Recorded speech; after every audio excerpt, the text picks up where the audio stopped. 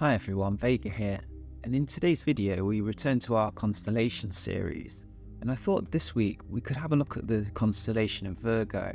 And Virgo, of course, is Latin for maiden, as it says here, and in all honesty it does seem to be one of the constellations in the sky to me that actually does seem to represent the shape that the constellation is named after. As you can see, it's very clearly a person, isn't it? You've got the legs and the arms and of course the head, and obviously the major star when we talk about Virgo, the one most people probably know, if they know any at all, of course, is the star of Spica, Alpha Virginis. Spica, of course, is a double star system, as we can see here.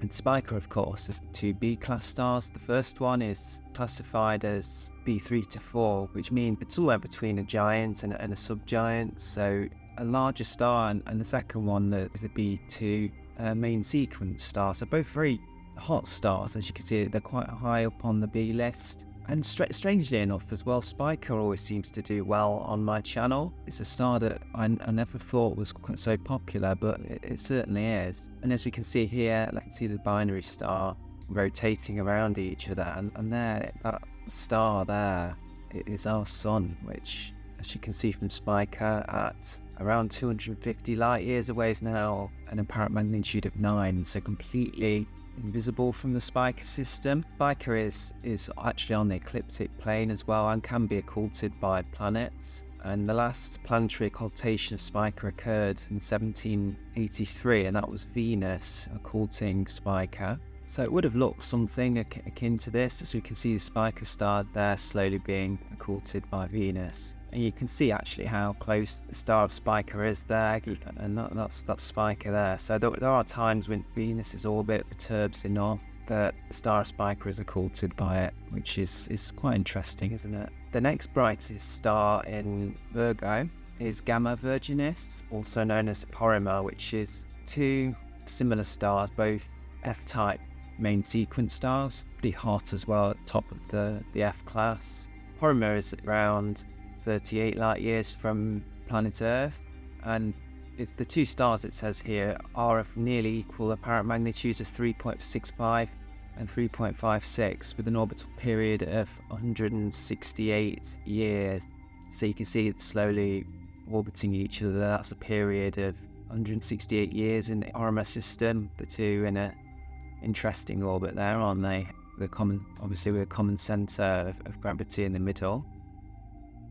And that's quite an interesting star there, isn't it? I wonder what that one is. That's Spica. Okay, so we are obviously in the Virgin constellation. You can see Spica as seen from Porrima, which is, it says here, around 213 light years away, with an apparent magnitude of 0.51. So Spica very bright in the Porrima sky, brighter than it is, of course, from the solar system. Oh, there's the Southern Cross. Look, you can see Mimosa there, and we're actually looking south, aren't we? So I think that one's Spica again, isn't it, that one? So looking at the Porrima system, you've got A and B, which are very similar stars indeed. Star A in the Porrima system is a mass of 1.4, so slightly larger than the Sun, and B is 1.4 also. So both stars quite similar to Procyon in the sense that they're F-type stars, but both still on the main sequence. It says the star system actually has a combined magnitude of 2.9, so that together they are substantially brighter, aren't they, than on their own.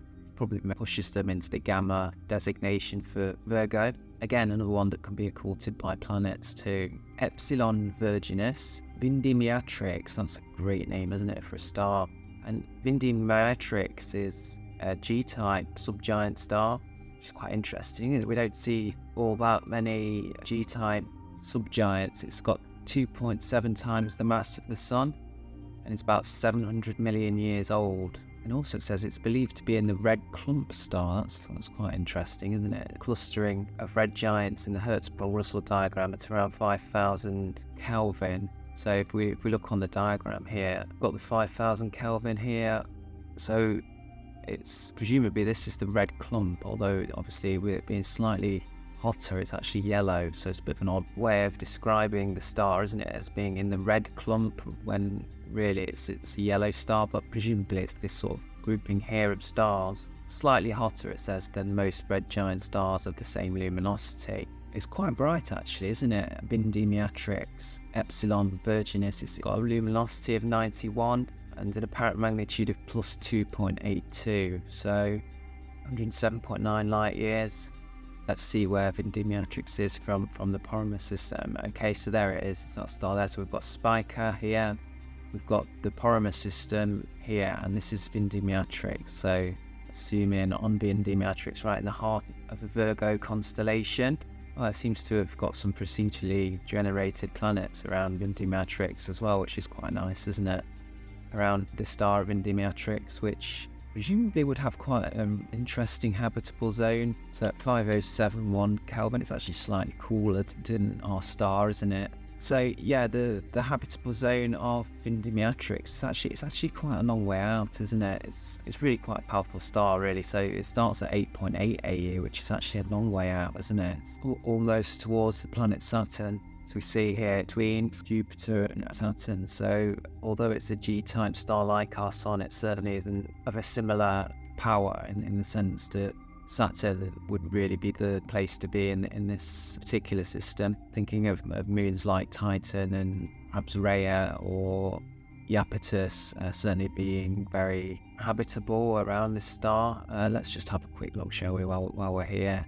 This is a fictional Neptune in orbit around the star of Vindemiatrix. So it's obviously got some dwarf moons procedurally generated as well around the star of Vindemiatrix. That's presumably Spica again, is it? Yeah, Spica. So Zeta Virginis is also a binary star. And Zeta Virginis is an A-type main sequence star with a much smaller red dwarf in the system. It's also a lot closer to, well, quite close to Earth at 74 light years. And I always like these A-type stars. I always find them really quite interesting places. Officially named Heze.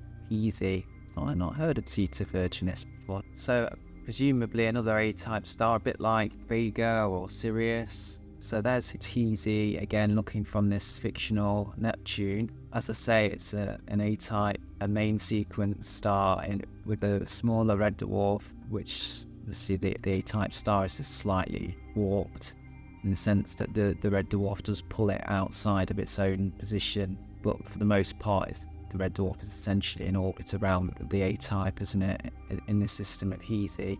Heze's visual magnitude is 3.37. It's quite dim, really. Quite a nice little picture of Virgo there, isn't it?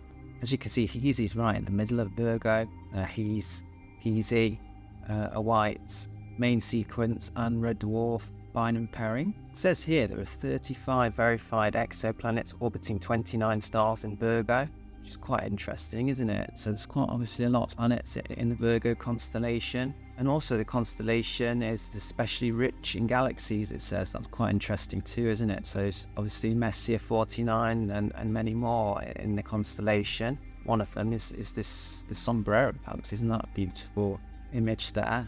It says M87 is the largest of the galaxies in the constellation of Virgo, a supergiant elliptical galaxy with a diameter of around 132,000 light years, with an envelope that reaches to a radius of 490,000 light years. Very large galaxy then, M87. Virgo is also home to the quasar 3C273, which was the first quasar ever to be identified. With a magnitude of 12.9, is also the optically brightest quasar in the sky. It's quite interesting, isn't it? Obviously, visual magnitude of 12.9 is still very, very dim. But the brightest one in the sky, there it is, the 3C273 quasar.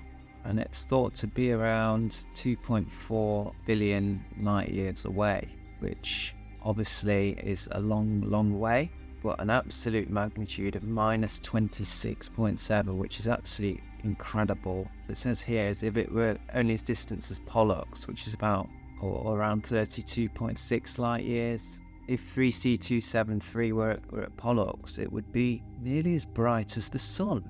I mean, that is just astonishing, isn't it? It really is incredible that something so far away as Pollux would be as bright as our star. It just blows my mind that. We really need to do a video on quasars at some point, don't we? Quasar is over 4 trillion times more luminous than the Sun. 4 trillion times more luminous. I mean, it's mind-boggling, isn't it? I don't know what else to say, really. So let's have a look at another star, shall we? This is Delta Virginis, or Mini Lauva, and it's about 202 light years from the Sun, which is here in the Virgo constellation. So we can see another binary pairing. It's actually a brown dwarf in orbit around Mini Lauva. The star itself, Delta Virginis, of course, is slightly more massive than our Sun, but it's actually got a larger radius, so it's probably similar to the star Arcturus, a red giant star, or red subgiant at the very least, more giant really at 67.4, isn't it? It's in the asymptotic giant branch, a region populated by evolved cool luminous stars. Okay, so not necessarily your run-of-the-mill star, Mini Lauva. And the companion here is a brown dwarf with 15 Jovian masses. So just looking at that brown dwarf now. So there we can see the star of Mini Lauva with its brown dwarf companion and slowly in orbit around it. So another very interesting star indeed, Delta Virginis. It does carry on, of course. Beta's quite a long way down, isn't it? Zaviyava, another interesting star, I'm sure. Another F-type star, actually, a main sequence. And it's quite interesting that Beta's so far down the list, isn't it? It's presumably because they're quite tight here in visual magnitude. The difference between Zeta and, in fact, as far down as Gamma to Porrima is quite close together. That's perhaps why the Beta star has ended up so far down. And obviously with these things you can carry on forever. But there you go, that's the constellation of Virgo, the maiden constellation. Hope you've enjoyed the video. Take really good care of yourselves, look after your friends and family well, and I'll see you on the next one.